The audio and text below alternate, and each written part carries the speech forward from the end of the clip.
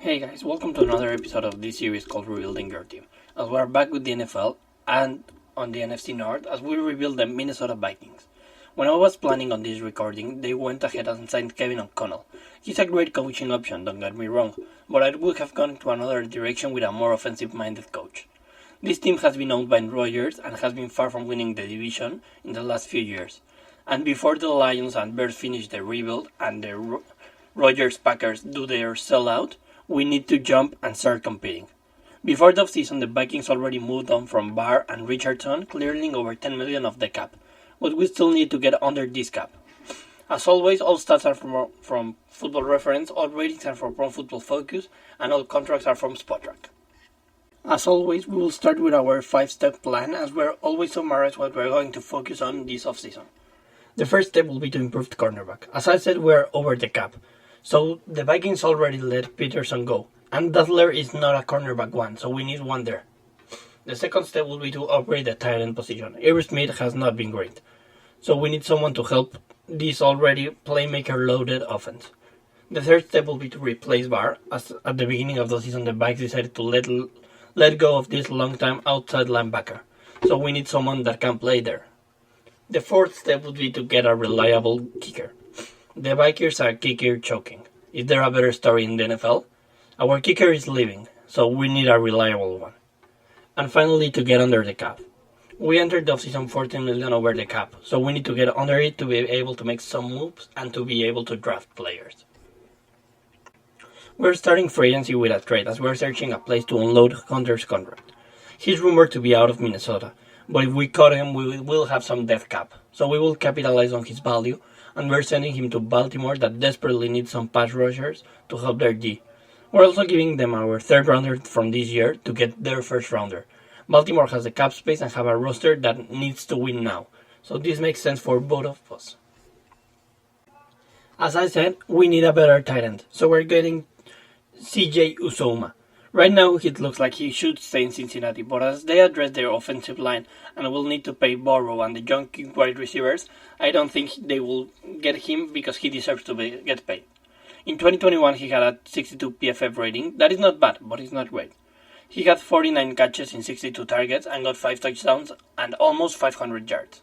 We're giving him $7 million a year and a 1.2 signing bonus for the next 3 years. As I said, we desperately need a reliable kicker, so we're going to get former Falcons kicker Younghoe Koo. He did not miss an extra point going 30 for 30 and only missed 2 field goals going 27 for 29. And one of those misses was for 50 plus yards as he went 4 for 5. So we're picking him up for the next 4 years and let's see if he can be as clutch as he was in Atlanta. Finally, as we traded Hunter, we're keeping our other edge rusher in Everson Griffin. He has struggled with injuries and is getting up there in age, so we're bringing him in a cheap deal of $2.5 million for the next 2 years. And that way we have some better leaderships and we keep at least one of our 2 edge rushers. In the first year's draft, or the 2022 draft, we have our first pick that is our own in number 12, where we're picking Ahmad Gardner, the cornerback from Cincinnati. I know in the Jets video I said that Stingley is the best cornerback, but it is in potential terms.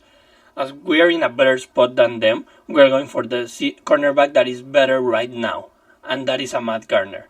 The only thing that worries me is that the Panthers do need a cornerback, but may go QB or O-line.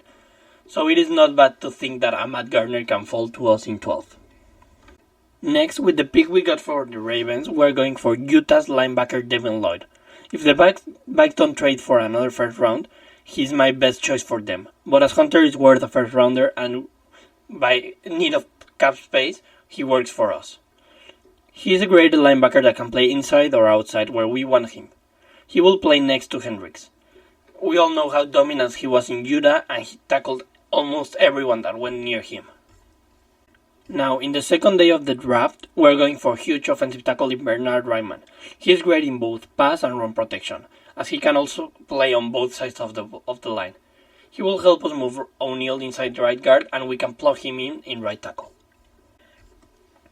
For our lineup, I really do like this offense with Kirk at QB, Cook as our running back that we all know how good he is when he's healthy. Then we have probably the best wide receiver duo in the NFL in Jefferson and Thielen, and we have our new tight end in CJ Uzomah. Our offensive line looks great with Dariso, Cleveland, Bradbury, sorry for the typo in the photo, O'Neal, and our rookie Ryman.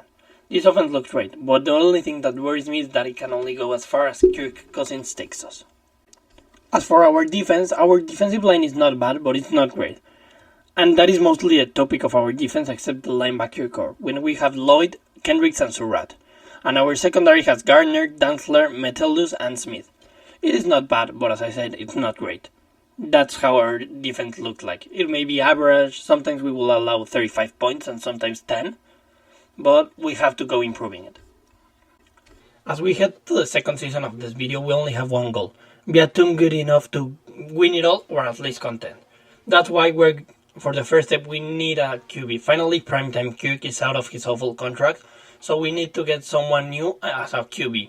The second step will be upgrade linebacker, as we need someone outside to help Kendricks and Lloyd and make us that top linebacking core in the NFL. The third step to be get a defensive tackle. This team has struggled in the run stopping of the game, so we need a new nose tackle to help us make those plays. The fourth one will be to take Bradbury's option. As I said, he's an above average center and he's still developing, so we need to keep him with his cheap option. And finally, we need to win this division. After the Packers fire sale and try to stay under the cap, and the Bears and Lions aren't finished with the rebuild, we must win our divisions. No questions asked, this division should be ours. Again, we're not doing free trades for the second year, so our first move will be to accept our center Garrett Bradbury's option, to keep him around for one more year. He does have a holding problem and needs to cut the penalties out a little bit. That's why he had a 60.1 PFF rating, as he only allowed 2 quarterback sacks, but the penalties hurt him a lot. This is our biggest signing. A new QB is in town. We're getting Kyler Murray. With all the problems he's shown against the Scards this offseason, we're picking him up when he hits free agency. He had an 84 PFF rating with 24 touchdown passes, 3,700 passing yards, and even 5 rushing touchdowns. He also got a passer rating index of plus 111. It is as in OPS, where 100 is average. So we're getting him for 4 years and a salary of $40 million a year. For our linebacker core, we are getting former Bronco Bradley Chubb. In 2021, he only played half of the games, but in 2020, that was his last full season, he had a 70.7 PFF rating, 8 sacks, 1 forced fumble, and 23 solo tackles. So yeah, he's good. Here he will be surrounded by great linebacker core and edge rushers, so he won't be as double teamed as in the past 2 seasons, making his stats even better. We're getting him for the next 4 years and a contract of $12.5 million. Our final signing will be a safety, specifically Bills Jordan Poyer. In 2021, he had a breakout season, leading the best defense in the NFL.